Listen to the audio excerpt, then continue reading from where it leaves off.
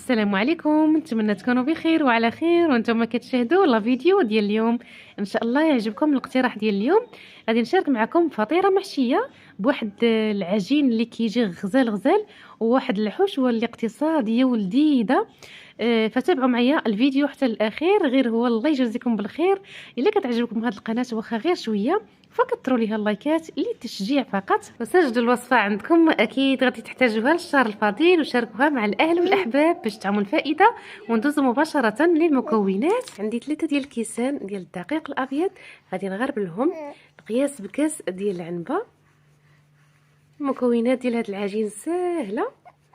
غادي نضيف كذلك خميره فوريه على حسب الجو، الا كان الجو بارد راه كتكثروا شويه. عندي معلقه صغيره ديال سكر سنيده، وعندي الملح على حسب الذوق، وجوج معالق كبار ديال زيت الزيتون اولا زيت المائده. الا متوفر لكم زيت الزيتون كان احسن. وغادي نخلط بالماء دافي الا كان الجو بارد، اما الا كان الحال يعني هكا سخون فكتخلطوا بالماء عادي. صافي كنجمع هاد العجينه، كتكون عجينه لينه، كندلكها واحد شويه غير بيد وحده، راه العجينه قليله. كنديها ونجيبها حتى كتدلك مزيان وكتولي عجينه لينه صافي. وكنخليوها ترتاح جانبا، غنغطيها ونخليها ترتاح. وغادي ندوزو نحضروا الحشوه ديالتنا. وانتم كتشاهدوا الفيديو ما تنساوش داك اللايك. عندي هنا في الحشوه اللي كتبقى اختياريه، درت حبه ديال البصل كبيره، حبه ديال الفلفله صفراء، وحبه ديال الفلفله خضراء، وحبه ديال الفلفله حمراء، وزيت المائده، والقليل من الملح على حسب الذوق. وغادي نديرهم يتشحروا فوق البوطه حتى كيدبالوا بهذا الشكل هذا. من بعد غادي نضيف ليهم واحد الصدر ديال الدجاج مقطع مربعات. عندي في التوابل الثومه غبره، التوابل ديال الدجاج، معلقه صغيره ديال الهريسه، معلقه صغيره ديال السكينجبير اي الزنجبيل، راس معلقه صغير يعني راس معلقه ديال الابزار غير شويه، وشويه ديال التحميره اي بابريكا.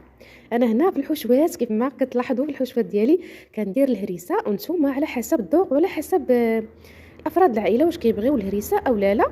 صافي غادي نضيف داك الدجاج، البصل والفلافل من بعد ما تشحروا، وغادي نضيف التوابل في اخر مرحله باش ما يبقاوش يتحرقوا ليا. صافي حتى كينشفوا من الماء ديالهم وكنطفي على النار. هنا جانبا راه عندي عفوا العجينه ديالتي راه اختمرات بهذا الشكل هذا، يعني ضاعف الحجم ديالها. غادي نقسمها على جوج، يعني جوج ديال الكويرات. انا هنا درت وحده، يعني فايته وحده بواحد شويه، يعني وحده ديك اللي صغيره غنديرها هي في الطبقه الاولى، وهذيك اللي كبيره شويه غنديرها في الطبقه الثانيه كيف ما غتلاحظوا في الفيديو.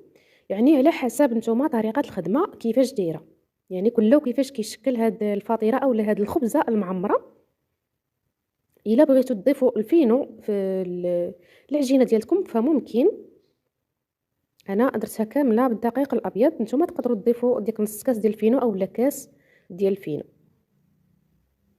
هنا غادي من بعد ما ارتاحوا ليا هذوك جوج كرصات غادي نسرح الكرصه الاولى اللي غنديرها في التحت، غادي نسرحها مزيان وغادي نرققها بهذا الشكل هذا. يعني ضروري ترقوا العجينه لانها مازال كتنفخ في الفران اولا في المقله، يعني نتوما على حسب. انا غندخلها الفران، نتوما تقدروا ديروها على غير في فوق البوطه على حسب نتوما واش كتفضلوا. انا غنديرها في هذا المول هذا الزجاجي، نتوما تقدروا ديروها في المقله الثقيله باش تجيكم ساهله. هذا المول هذا في القطر ديالو 32 سنتيم. صافي غادي نجيبها بعد ما سرحتها مزيان وكنستعن بشويه ديال الدقيق. صافي وغندير الحشوه من بعد ما بردات، يعني ضروري تكون الحشوه بارده. انا تبارك الله راه كثرت الحشوه، راه جاتني ديك الطبقه ديال الحشوه يعني غليظه باينه، وانتم على حسب شنو بغيتوا، واش حشوه قليله اولا كثيره. المهم داكشي كيبقى لكم اختياري. والحشوه كتفنوا فيها، ديروا اي حشوه نتوما كتفضلوا.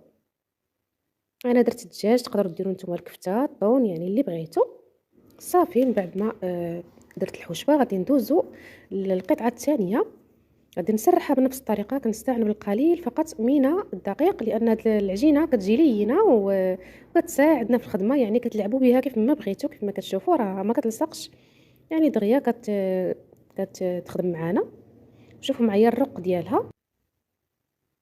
صافي. ودابا غادي نديرها على الحشوه.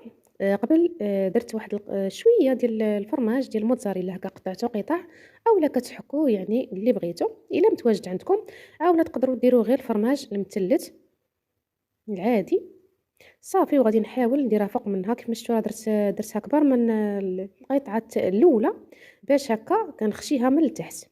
يعني الفيديو راه شارح نفسه بهذه الطريقه هذه، وانتم تقدروا تزديوهم يعني بطريقه اللي جاتكم مناسبه. الا درتوها مثلا في المقله فبامكانكم غير تزديوها هكا، تزديو العجينه مع بعضياتها بالاستعانه من دهنوا العجينه الاولى بالماء وتزديوها هكا. انا ما عندي هذا المول هكا عنده دوك الحواف طالعين فما جاتنيش ديك العمليه، فدرت العجينه من التحت. راه ملي كطيب ما كتبقى تبان حتى شي حاجه. هنا وتقبتها قبل بالكيغدون كيف ما شفتوا باش ما تنتفخش ليا في الفران. وهنا التزيين كيبقى اختياري. انا هنا درت شويه ديال لاصوص ديال البيتزا اولا مطيشات الحك، خففتها بشويه ديال الماء، ضفت ليها شويه ديال التحميره وشويه لقالي راس معلقه الهريسه، انا من محبي الهريسه. دهنتها مزيان ورشيت هكا، حكيت هكا الفرماج. وكيبقى هادشي اختياري. الا ما بغيتوش ديروا الفرماج فبامكانكم دهنوها غير بالبيض وترشوها هكا بالزنجلان، يعني لكم الاختيار. ودخلتها الفران يكون سخون ناقص العافيه، يعني كطيب على خاطرها حتى كتشوفوها راها تحمرات من الجناب وطابت. كتهبطوها غير شويه يذوب داك الفرماج صافي وكتخرجوها. وهذا هو الشكل ديالها. راها كتجي ما تشبعوش منها، كتجي واحد الفطيره اللي لذيذه خفيفه. داك العجين كيجي قطني كيف ما كتلاحظوا معايا، كتجي قطنيه وزوينه بزاف. غير انا هذا الفرماج يعني ما خرجش فيه زوين صراحه، ماشي داك الفرماج اللي كيذوب وكيجي هكا مجبد. هاد النوعيه خرجت فيها ما زويناش، ولكن قاضي الغرض. وانتم ديروا اي فرماج كتفضلوا اولا كتبغيو. صافي. وغادي نقطعها معاكم على هذا الشكل هذا. نتوما الا كان عندكم هذاك المول اولا طاوه ما عندهاش الحواف فراه تقدروا تقطعوها وهي خضراء. تعلموا هذوك المثلثات ديالكم يعني وهي خضراء، ملي كتدخلوها الفران وكطيب ملي كتجي تقطعوها في الاخر يعني كيجيكم ساهلين في التقطيع. وهذا هو الشكل ديالها النهائي من الداخل. الصراحه راه كتجي لذيذه، وكتجي داك العجين كيجي هكا رقيق ما كيجيش نهائيا غليظ، وديك الحشوه كتجي باينه. نتمنى اخواني اخواتي تجربوا الوصفه وتسجلوها عندكم. غادي نخلي لكم المقادير اسفل الفيديو. كنشكركم بزاف بزاف على حسن المتابعه. اللي وصلتوا معايا حتى لهنا كنشكركم بزاف بزاف، وكنضرب لكم موعد الفيديو قادم وصفات جداد بحول الله. دمتم في رعايه الله وحفظه، والى اللقاء.